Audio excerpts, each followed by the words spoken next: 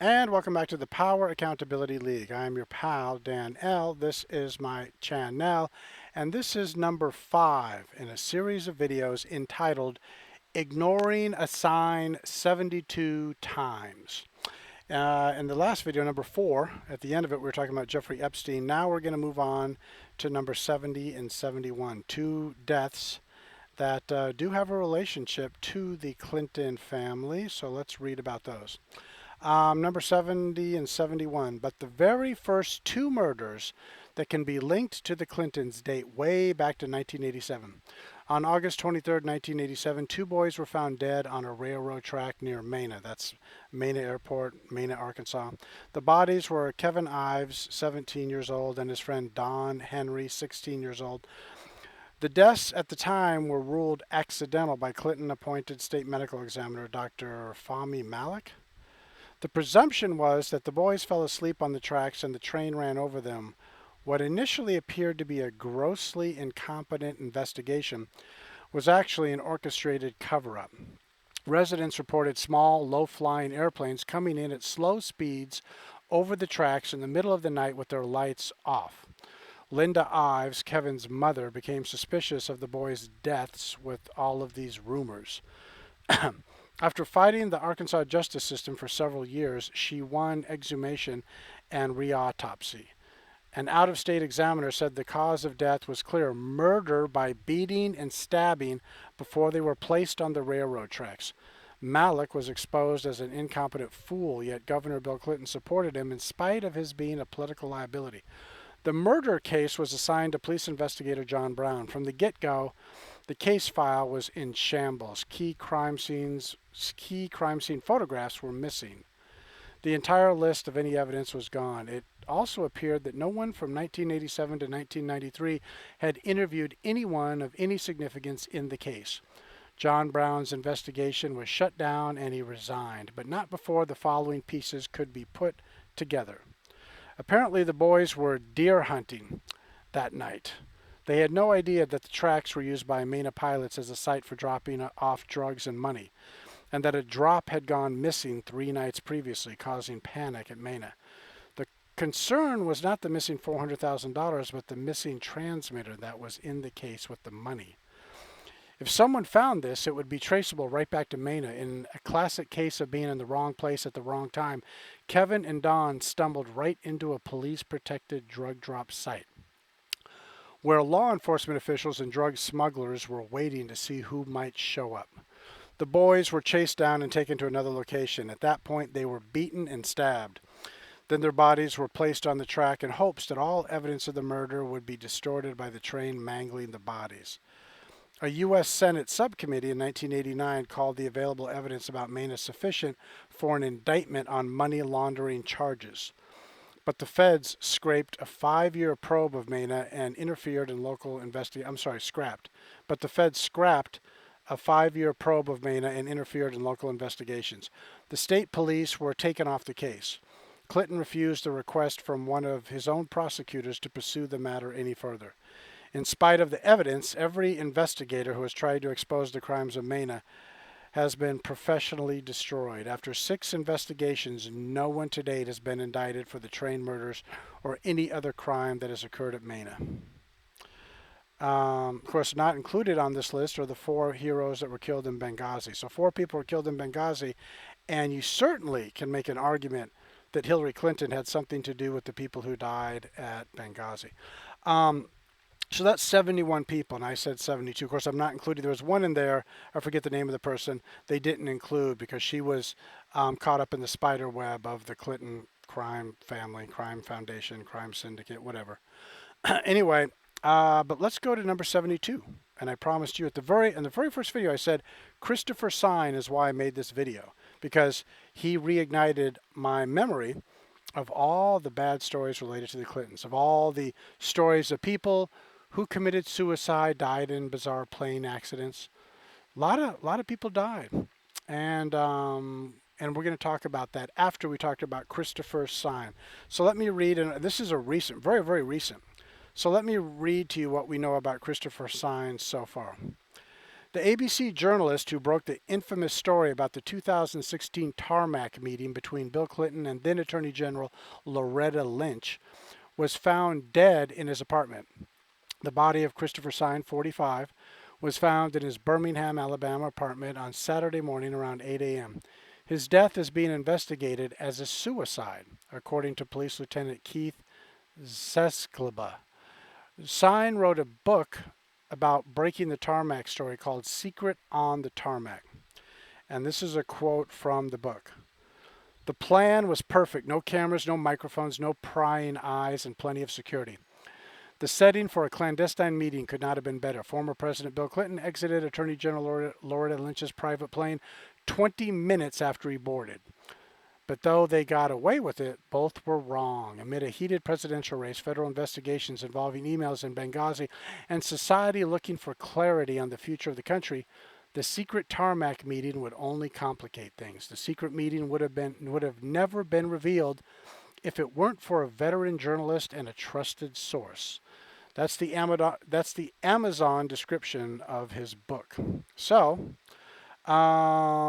if you go to Gateway Pundit, there's a video of Christopher Sine talking to Fox News not too long ago.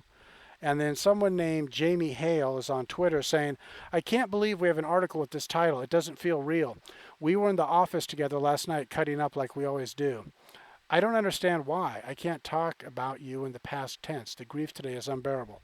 So someone named Jamie Hale from Jamie Hale Sports posted something on Twitter that he or she, I don't know if it's a male or female. Anyway, the person is all shook up by the death of Christopher Sine, and he was an anchor for, I guess, a local ABC affiliate, and I think he was obviously down in Alabama somewhere.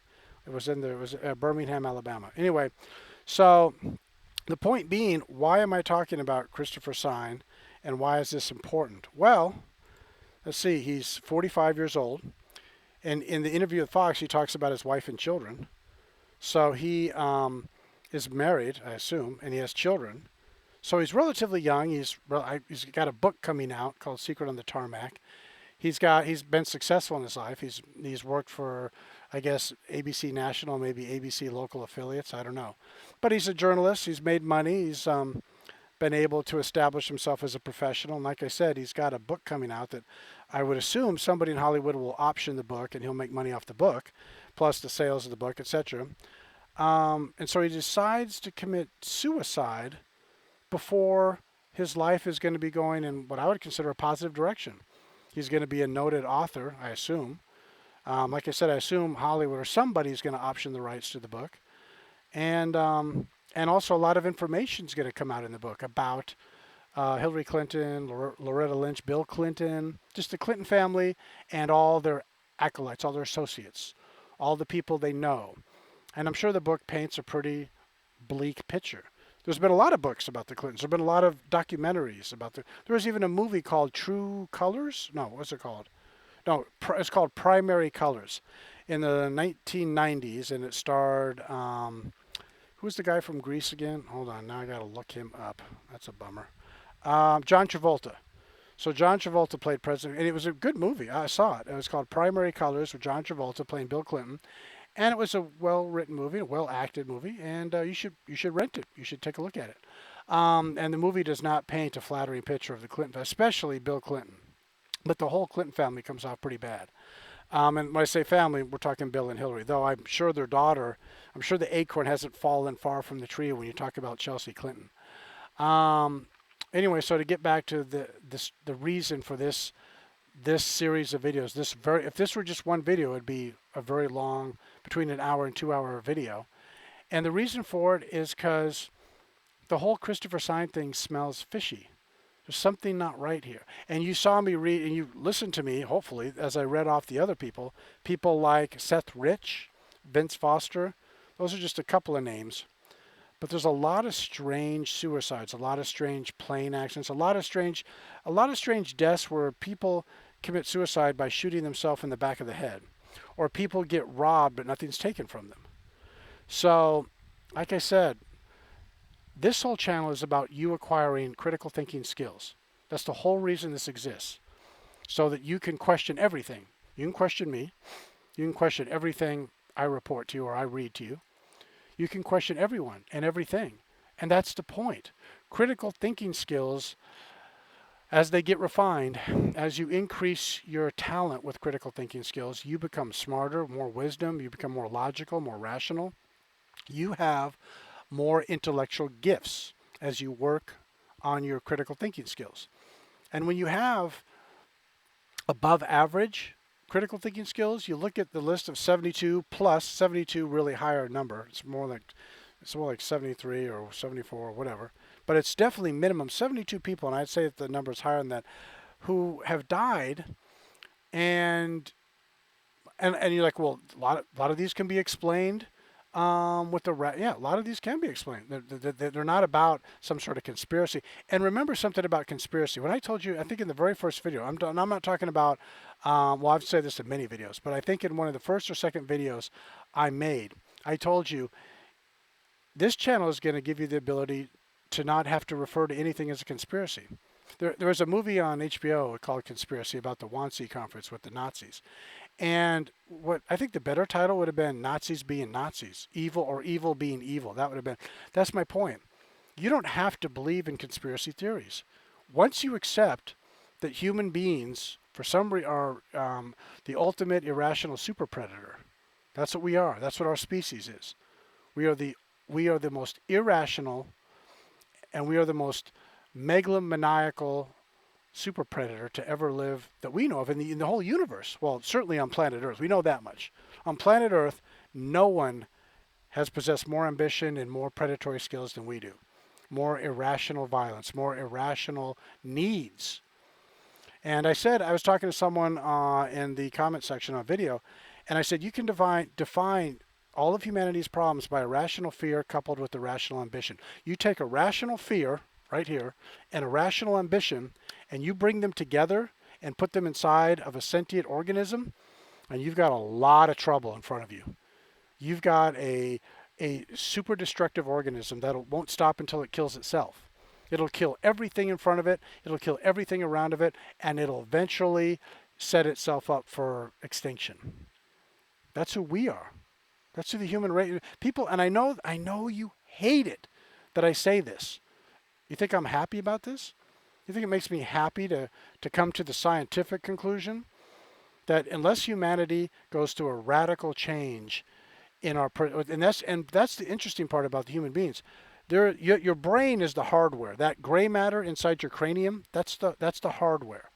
The software are all the thoughts. Yes, you've got hormones, and you've got all sorts of impulses that are not voluntary. But inside your brain, you have thoughts and ideas. You have software. And the software has to be radically changed in order for humanity to have a future. Radically. The software that operates the brain hardware, the hardware, which is known as that gray matter, that brain inside your skull, that has to change radically. Because right now the software is self-destructive. There's a virus. There's a virus inside your brain, a computer virus, I'd call it, the equivalent, the biological equivalent of a computer virus, and it's constantly causing you and everyone else on the planet, every single human being, it's causing them to have an allegiance to irrational thinking, irrational ambition, irrational fear. It's irrationality. It's the illogical part of us, the part of us which rejects logic, reason, adulthood, common sense, rationality, the part of us which rejects what is right in front of us as objective reality. And what's right in front of us is we can have a bright future, but we have to control the irrational ambition and irrational fear, because ambition is a lust for power. And in the movie Wall Street, one of the mentors to Bud says, remember something about money, Bud. It makes you do things that you don't want to do. Well, that's what ambition does. Ambition makes people do things that either they don't want to do or they know they shouldn't be doing. But yet they still do these things. And it's because of their ambition. So that was today's video. I'll let you decide how you feel about today's video. Thanks for stopping by. Take care. Bye-bye.